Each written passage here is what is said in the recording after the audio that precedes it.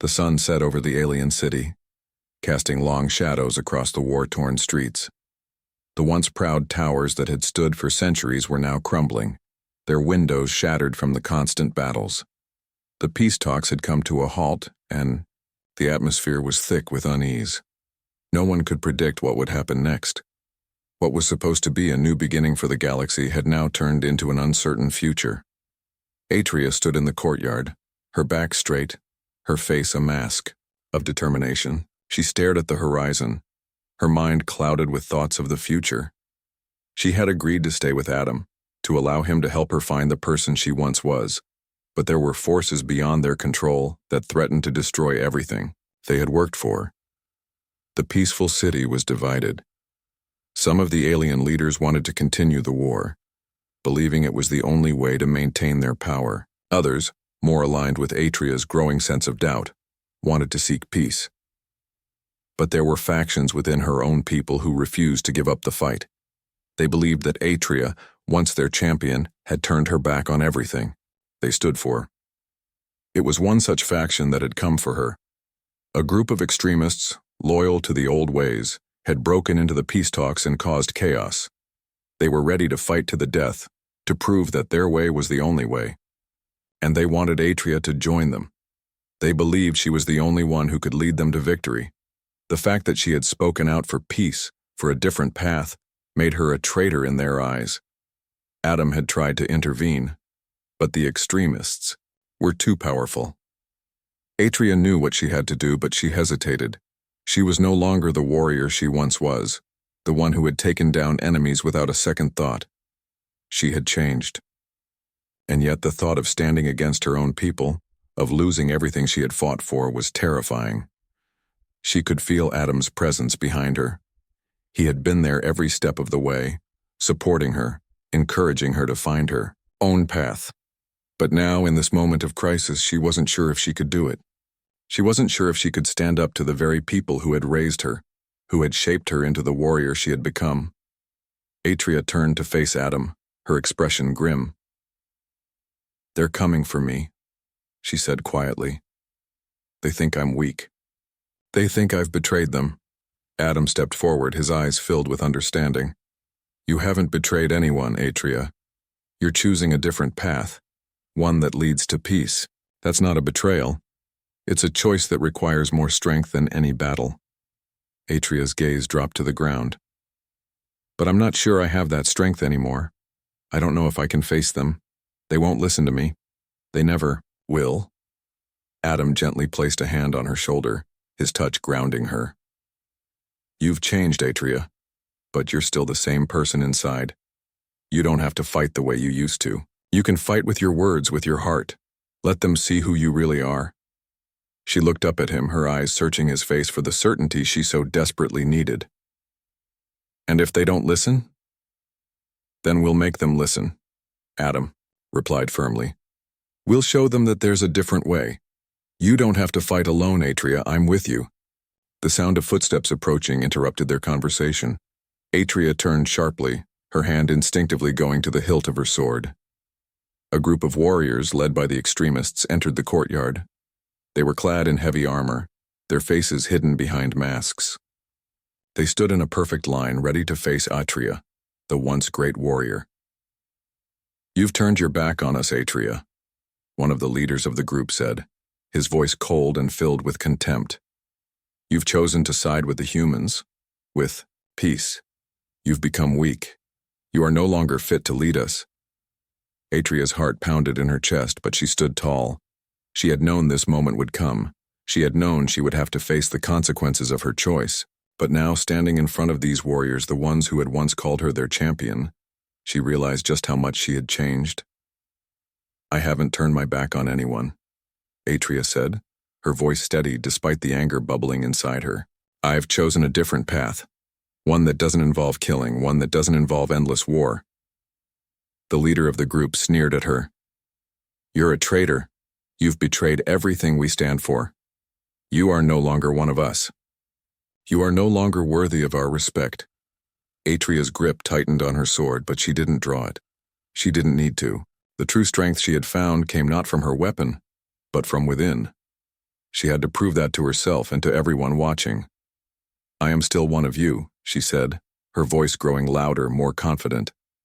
"I was once the warrior you wanted me to be, but I'm not that person anymore. And I will not fight for a cause that only leads to more bloodshed. We have a choice. We can change. We can choose peace." The warriors exchanged skeptical glances, but Atria didn't back down. She had spoken her truth and she wouldn't take it back. For the first time in her life, she felt a sense of freedom, a weight lifting from her shoulders. "You think peace is possible?" one of the warriors mocked. "You think the humans will let us live in peace? You think the galaxy will let us live in peace?"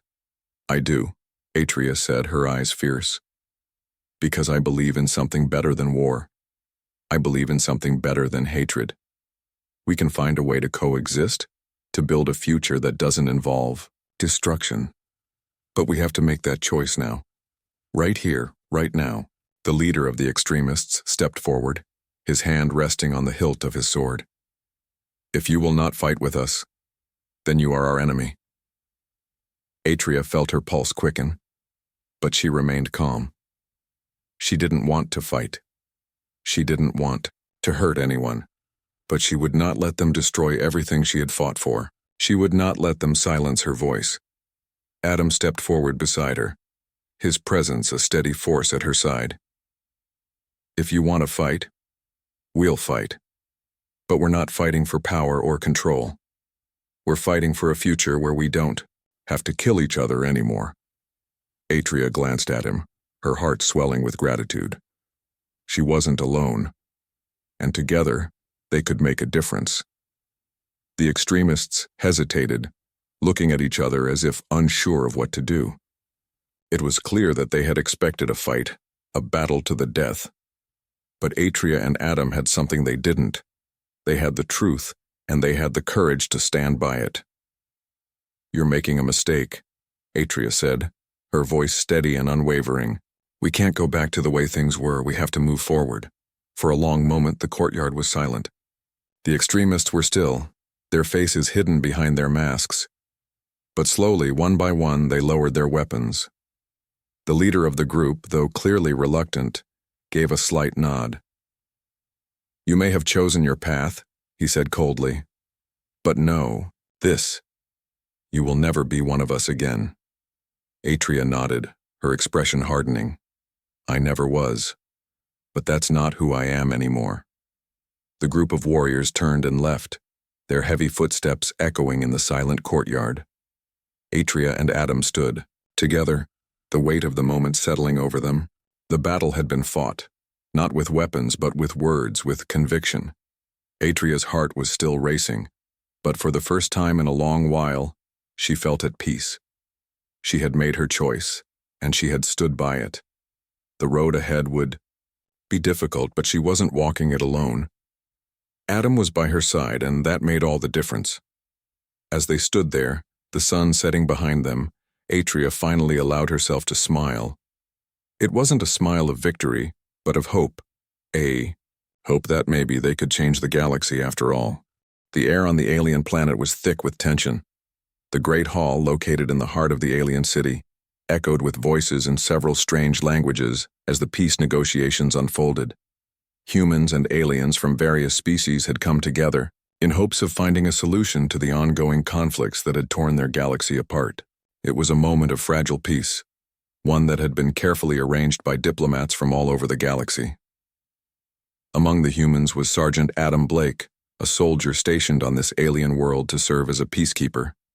He had been part of the negotiations for several months, but today felt different. There was something in the air, something that made his senses sharpen. The room, adorned with banners and strange symbols from various alien cultures, was filled with diplomats, soldiers, and officials. The atmosphere was charged with the promise of a breakthrough or the threat of disaster. Adam's job was simple: keep the peace, observe, and if necessary, step in to prevent violence. But he had no idea how complicated things were about to get. The alien warrior girl caught his eye from across the room. She stood tall, her armor gleaming in the dim light of the hall. Her dark braided hair hung loosely over her shoulder, and her eyes, sharp and cold, scanned the room. She was one of the guards assigned to protect the alien leaders during the negotiations. Her presence was intimidating, even without the massive sword she carried at her side. Her posture radiated strength and power, as though she were always ready for battle. But it wasn't just her imposing figure that caught Adam's attention. It was the way she moved, the way she carried herself like a lioness watching for any sign of weakness. There was something hauntingly familiar about her, but Adam couldn't place it. He had never seen her before, yet there was an undeniable connection, something in her gaze that made him pause. As the meeting went on, Adam's mind kept drifting back to the warrior. What was it about her that felt so familiar? He couldn't shake the feeling that their paths had crossed before. Maybe it was the intense look in her eyes, or the way she stood apart from the others, like someone who didn't belong. Without thinking, Adam stood up and started walking toward her, drawn by something he couldn't explain. He felt a pull, a strange compulsion to speak to her. He knew it was risky, but he couldn't help himself. The hall grew quieter as he approached her, and her sharp eyes immediately fixed on him. He stopped a few feet away, unsure of what to say. His heart was racing, but he had to speak. "Excuse me," Adam said, his voice steady despite the rapid beating of his heart. "I hope I'm not disturbing you." The warrior girl raised an eyebrow, her hand inching closer to the hilt of her sword. Her expression was unreadable, but her stance was that of someone prepared for a fight. "I do not believe we've met," she said, her voice low and commanding. The alien language she spoke was guttural, but Adam had learned enough of it to understand the basic meaning. Adam smiled politely, trying to keep the conversation going. "No, we haven't, but I feel like I know you somehow. Maybe we've crossed paths in the past?" The alien warrior's eyes narrowed, studying him carefully. She tilted, her head slightly as if trying to discern his intentions. "You speak strangely," she remarked, clearly perplexed. Adam's smile faded a little. "I've been stationed here for a while, learning your language, trying to understand your culture better." "Why?" she asked bluntly, her gaze still fixed on him. Adam hesitated, searching for the right words. "Because peace is built on understanding," he said, his voice softer now. "And sometimes we have to see things from each other's perspective to really make it work." The warrior girl scoffed lightly, though her gaze softened slightly. She didn't believe his words, but something about the sincerity in his tone caused a flicker of curiosity to spark in her eyes. "You are naive," she said, her voice tinged with a note of amusement, though she kept her distance. "Peace is not so easily achieved." Adam shook his head, sensing an opening. "I don't think you're naive. I think you've just forgotten what peace feels like." There was a long pause between them, the noise of the room fading as they locked eyes. Adam had no idea why, but in that moment, he felt an inexplicable pull toward this warrior girl. There was something more to her than just the fierce exterior. He couldn't quite put his finger on it, but he had to find out. The warrior girl looked at him sharply, as if sensing something in his words, something familiar. Then, without warning, Adam spoke the name. "I remember you, Atria." The name was simple, but as soon as it left his lips, everything stopped. The air in the room grew heavy, the weight of the word hanging between them. For a moment, Atria seemed frozen in place, her body stiffening as though struck by lightning. Her hand, which had been resting on the hilt of her sword, faltered, and the weapon slipped from her grip, clattering loudly to the floor. The sudden noise caused the room to fall silent. Every eye in the hall turned toward them, but neither Atria nor Adam seemed to notice. Atria's eyes widened, her face a mask of disbelief. Her breath caught in her throat, and for the first time since Adam had seen her, her expression softened. Just a little. Atria slowly looked down at the sword lying at her feet, then back up at Adam, as if trying to process what had just happened. The warrior, the fierce protector of her people, stood before him not as a warrior but as a woman who had once been a child, one whose name had once been spoken with love and care, not in the harsh language of war. "You know my name," she whispered, her voice barely audible. Adam nodded slowly. I do. I don't know how, but I remember you. From long ago, Atria. Before you became this. Her hand trembled slightly as she reached down to pick up her sword. She gripped it tightly, but her eyes no longer held the same hardened look they had before. They were full of confusion, of questions she had long buried beneath layers of armor and discipline. How do you know my name? Atria demanded, her voice trembling with a mixture of anger and something else, something softer. Adam took a deep breath, trying to steady himself. I studied the history of your people. I know about the village you grew up in, the one that was destroyed in the war. Atria's expression shifted, and for a moment, her eyes flickered with something that looked like pain. It was quickly masked by the steely resolve she had built over the years, but Adam could see it. He could see the cracks in the armor. You shouldn't have said that name, she murmured, her voice strained. I'm sorry, Adam said, his voice quiet. I didn't mean to upset you, but I had to say it. There's something about you. Something in your eyes and the way you carry yourself. It's not just a warrior's strength I see. It's the girl you were before all of this. Atria said nothing for a long moment. She simply stared at him, her thoughts clearly racing. The weight of his words hung in the air, and Adam felt a flicker of hope that just maybe there was a way for them to connect, despite everything that had come between them. Then, finally, she spoke.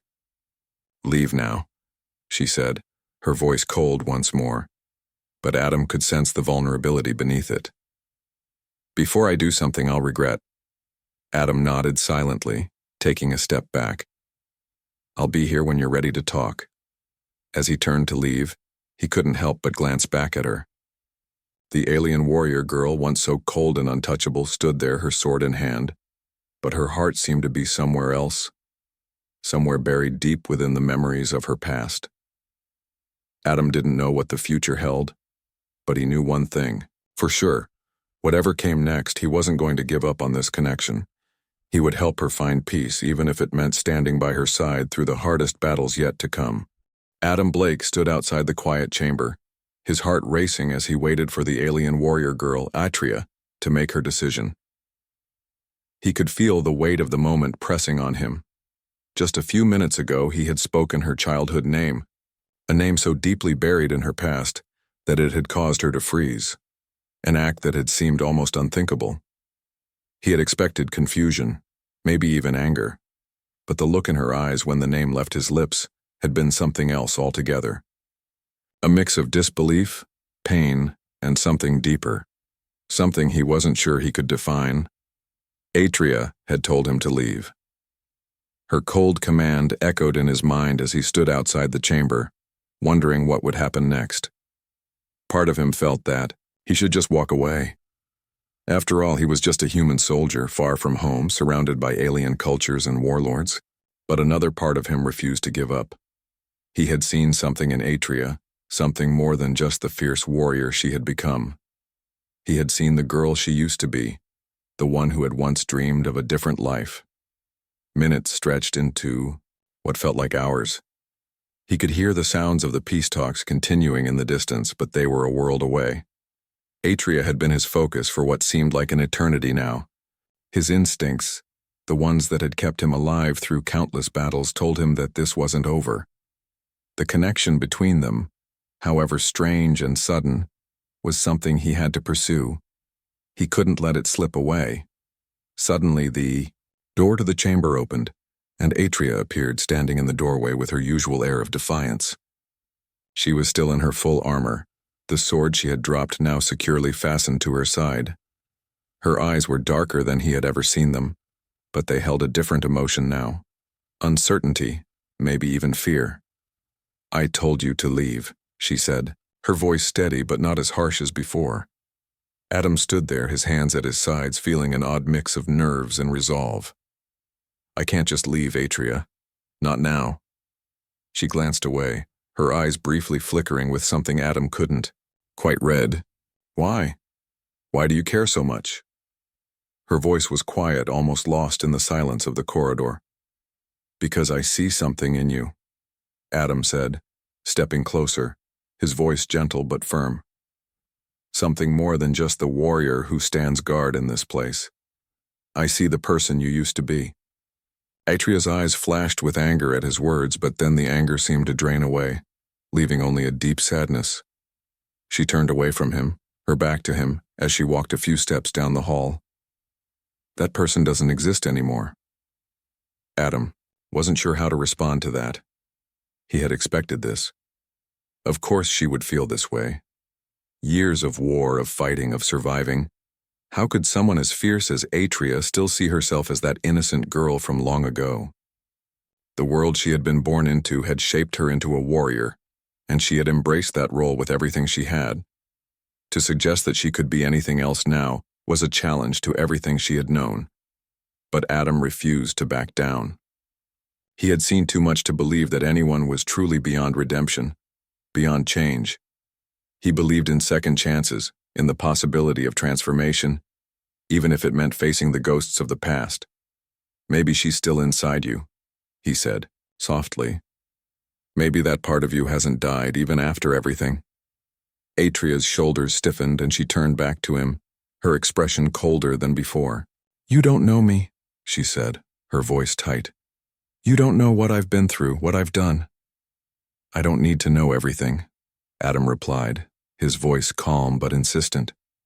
"I just know that you don't have to keep carrying all of that. It's not too late to let go." Atria's gaze shifted to the floor, her fists clenching at her sides. She was silent for a long moment, as though battling some internal war she couldn't fight alone. Then, in a voice barely above a whisper, she spoke again. "I was born in a small village," she began, her words coming slowly like a reluctant confession. "I wasn't always this soldier. I wasn't always a weapon." She paused, her eyes distant, as if seeing a different time. "When I was a child, I used to dream of peace, of a life where I didn't have to fight. But that dream died the day the war came to my village." Adam remained silent, allowing her the space to continue. He could see the wall she had built around herself, but he also saw the cracks. He knew this was her moment to speak, and he wasn't about to interrupt it. Atria let out a long breath, her face softening as she continued. "The enemy came without warning. They destroyed everything, my home, my family, my future.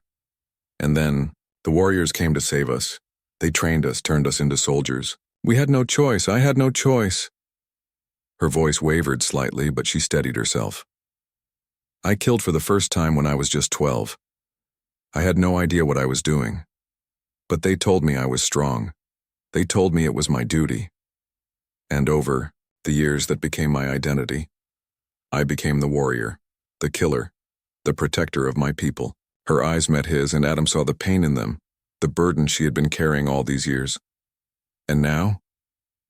Now all I am is a weapon, a tool for destruction," Atria said, her voice cracking. "I've forgotten what it feels like to be anything else." Adam stepped closer, his voice low and steady. "You're not just a weapon, Atria. You're a person.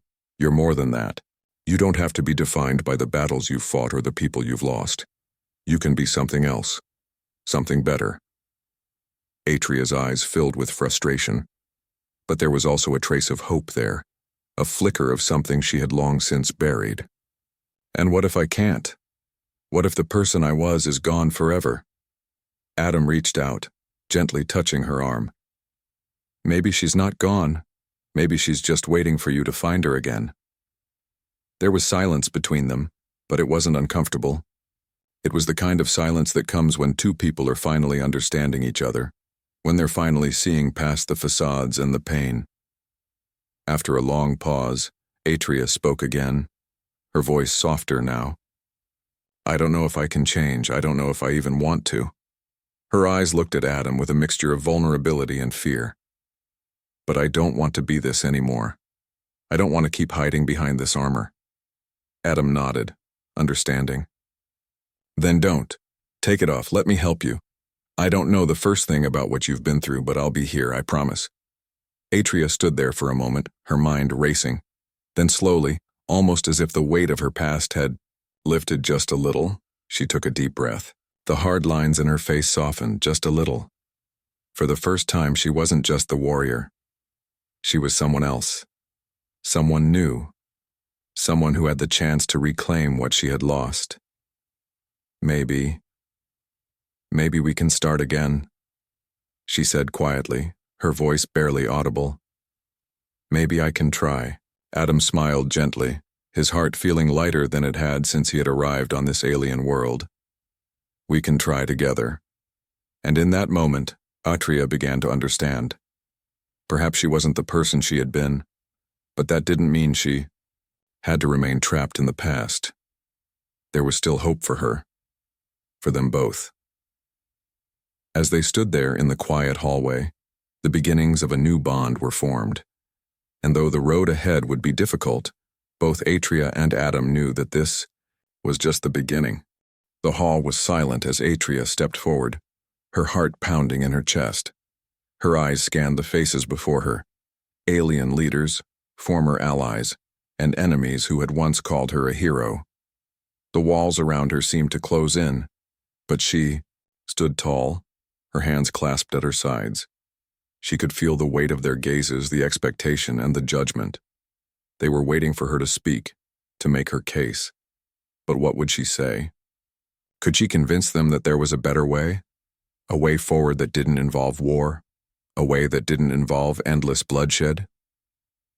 Adam stood just behind her, his presence a quiet but strong support. He was the only one who truly understood the weight she carried, the burden of a past she could never escape. Yet here they were, together, facing down a future that was still uncertain. She couldn't help but feel the fear creeping into her mind again. What if they didn't listen? What if her people rejected her, cast her aside as a traitor? She wasn't sure if she could bear it. Atria took a deep breath, steadying herself. The past few days had been a blur of travel and tension, but now, standing here in front of these leaders, she knew that there was no turning back. She had to speak her truth, for herself, for the people who had followed her, for the future she dreamed of.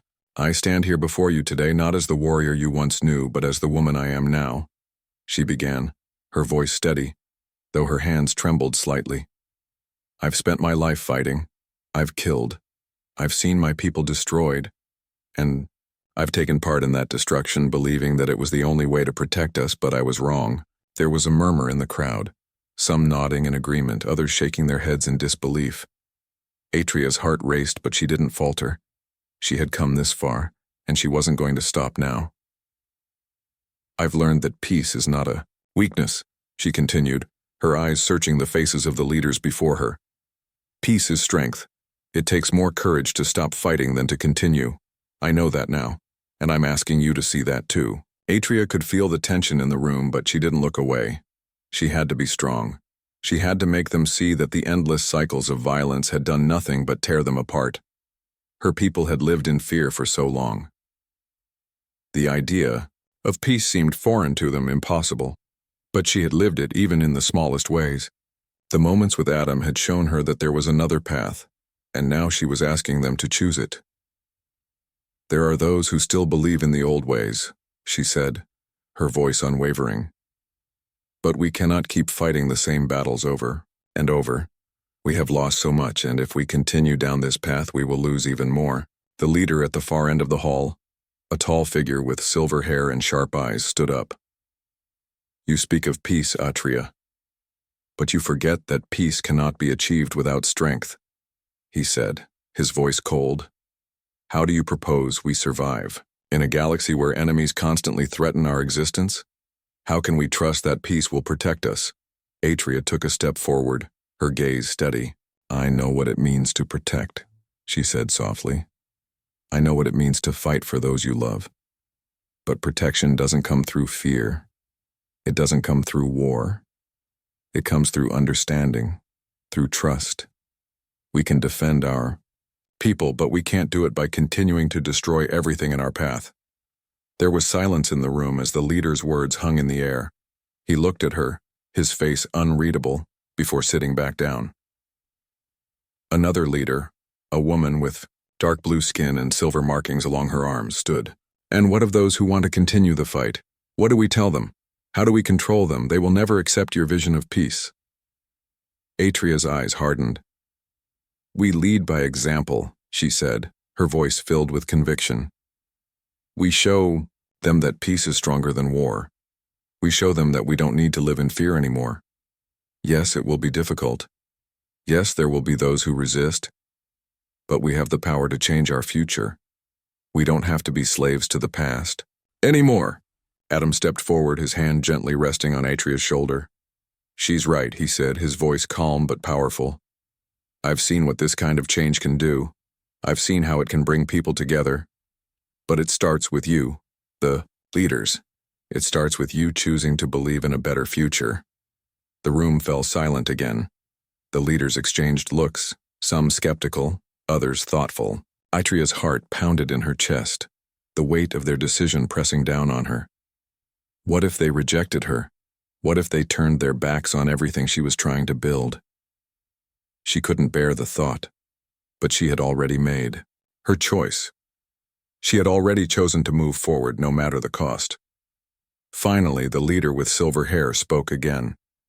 His voice was softer now, though still filled with authority. You ask for a change in everything we know, he said.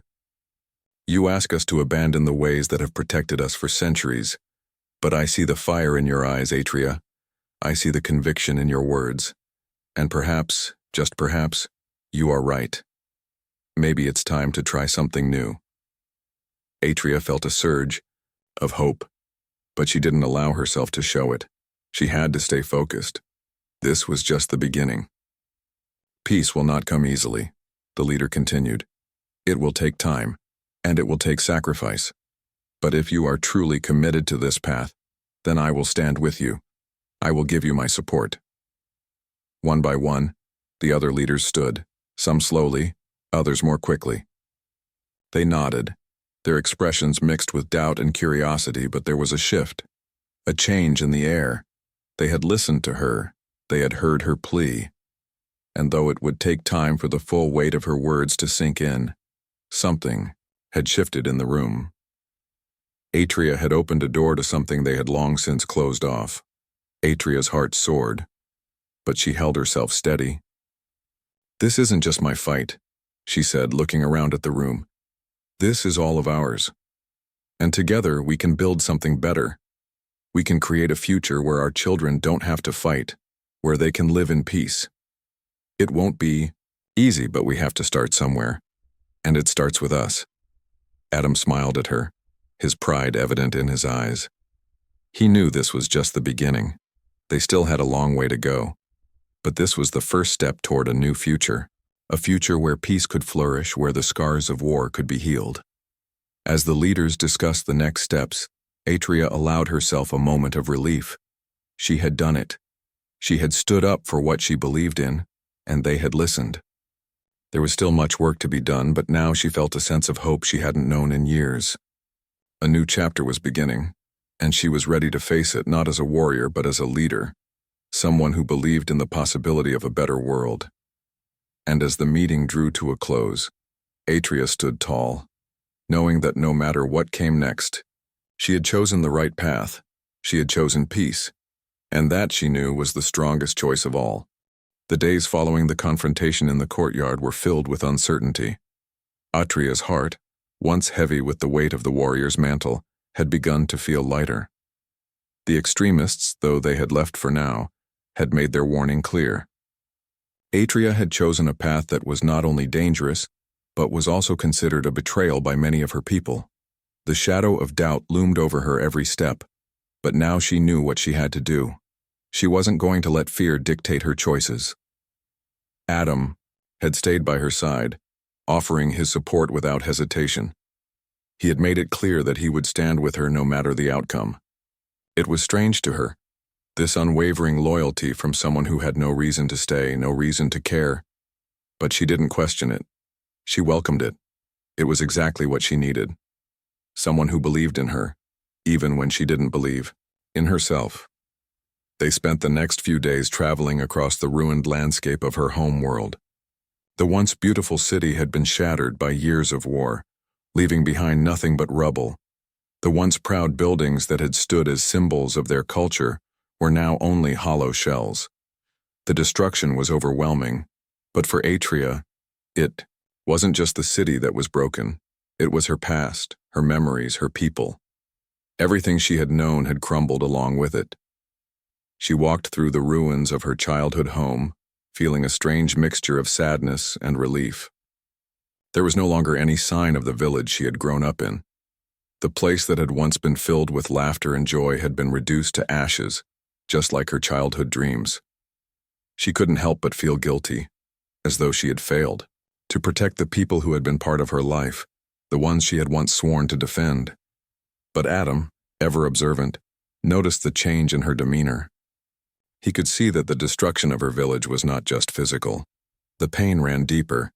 Atria had spent so many years hiding behind the armor of a warrior. But now, as she stood in the remains of the place where she had once been a child, she could no longer deny the weight of her choices. She had lost everything, her family, her innocence, and her peace.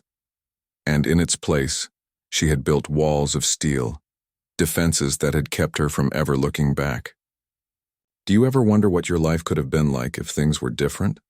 Adam asked quietly, standing a few steps behind her as she gazed out at the devastation. Atria didn't answer at first.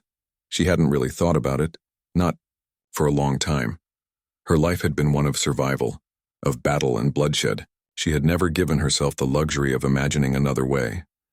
But standing there with Adam's question hanging in the air, she felt something shift. Maybe it wasn't too late. Maybe there was still a chance for her to reclaim the life she had lost. "I used to dream of something else," Atria finally said, her voice barely above a whisper. "When I was a child, I imagined a life where I didn't have to fight. I wanted to live in a place like this with no wars, no violence. I wanted peace. But that was before everything changed. That was before the war came." Adam stepped closer, his voice gentle. "The war doesn't define you, Atria. It never did. It's what you choose now that matters." She turned to look at him, her eyes filled with a mixture of uncertainty and hope. "And what if I can't change? What if I'm just too far gone?" Adam smiled, a soft, reassuring smile that made Atria's heart flutter for reasons she couldn't explain. "You don't have to change all at once. It's a journey, not a destination. You take one step at a time, and I'll be here every step of the way." Atria looked down at the ground, her mind racing. Could she really do this? Could she let go of the warrior she had been and become someone else? It wasn't going to be easy. She had spent so many years building herself up as the protector, the fighter, the one who never showed weakness. Letting go of that identity was terrifying. But for the first time in years, she wondered if it was worth it. If maybe, just maybe, she could find peace again. The two of them continued their journey across the planet, stopping at the few remaining villages that had managed to survive the wars. As they traveled, Atria began to see the changes that had taken root in her people. There were those who still believed in the old ways, in the strength of the warrior, in the idea that only through war could they protect what little they had left. But there were others who were beginning to see things differently. They wanted peace. They wanted to rebuild, to heal. And that was where Atria came in. She had become a symbol, a beacon of change. Whether she liked it or not, her actions were being watched. She was the one who had stood up to the extremists. She was the one who had chosen a different path, one that led toward peace instead of endless fighting. But not everyone was ready to follow her lead. Many still saw her as a traitor. Many still believed that peace was impossible. Atria wasn't sure how to change the minds of so many people. She wasn't even sure how to change her own mind. But Adam had given her a gift she hadn't expected, the freedom to be herself, to explore what it meant to be more than just a warrior. She wasn't sure where the path would take her, but she knew that she couldn't keep running from the past. She had to face it. She had to face who she had been and who she could become. One evening, as they sat by a fire under the stars, Atria finally spoke again. Do you think they'll ever accept me again? The ones who think I've betrayed them? Adam leaned back, against a rock, gazing up at the stars. It doesn't matter what they think, he said, his voice steady. What matters is what you think. What matters is that you're doing what feels right. And you can't control how others see you, but you can control how you see yourself. Atria nodded, her eyes softening as she looked at him. For the first time, she allowed herself to truly believe that maybe, just maybe, she could change. Maybe she could find a way to heal the rift between her and her people. Maybe she could build something new, something better. The next morning, as they continued their journey, Atria made a decision. She would return to the capital city. She would stand before the leaders, before the people who had once revered her, and she would tell them the truth. She would tell them that the old ways had failed, that the endless cycle of violence and war had to stop. And she would offer them a new way forward, a way that didn't involve killing, a way that didn't involve fear. She didn't know if they would listen, but she had to try. As they arrived at the gates of the capital, Atria felt a mix of emotions, fear, uncertainty, but also something new, hope. She wasn't sure what would happen next, but she knew one thing for sure. She wasn't the same person who had left this city, and she wasn't going to let her past define her anymore. She was going to fight, not with weapons, but with words. She was going to fight for the future she wanted, a future where peace was possible. When they entered the great hall, the murmurs of the gathered leaders quieted. Atria stepped forward, her posture straight, her heart pounding in her chest. She could feel the eyes of the room on her, the judgment, the expectations, but she wasn't afraid anymore. She had found her voice, and she was ready to use it. I've come to tell you the truth, Atria began, her voice clear and strong. The path we've been following, the path of war, it's broken. It's led us to nothing but destruction. We have a choice now. We can continue down this path, or we can choose something different. We can choose peace. There was silence in the room, a long, heavy silence. Atria held her breath, waiting for their response. She didn't know what would happen next, but she knew that she had done the right thing. She had chosen her path, and for the first time, she believed in it.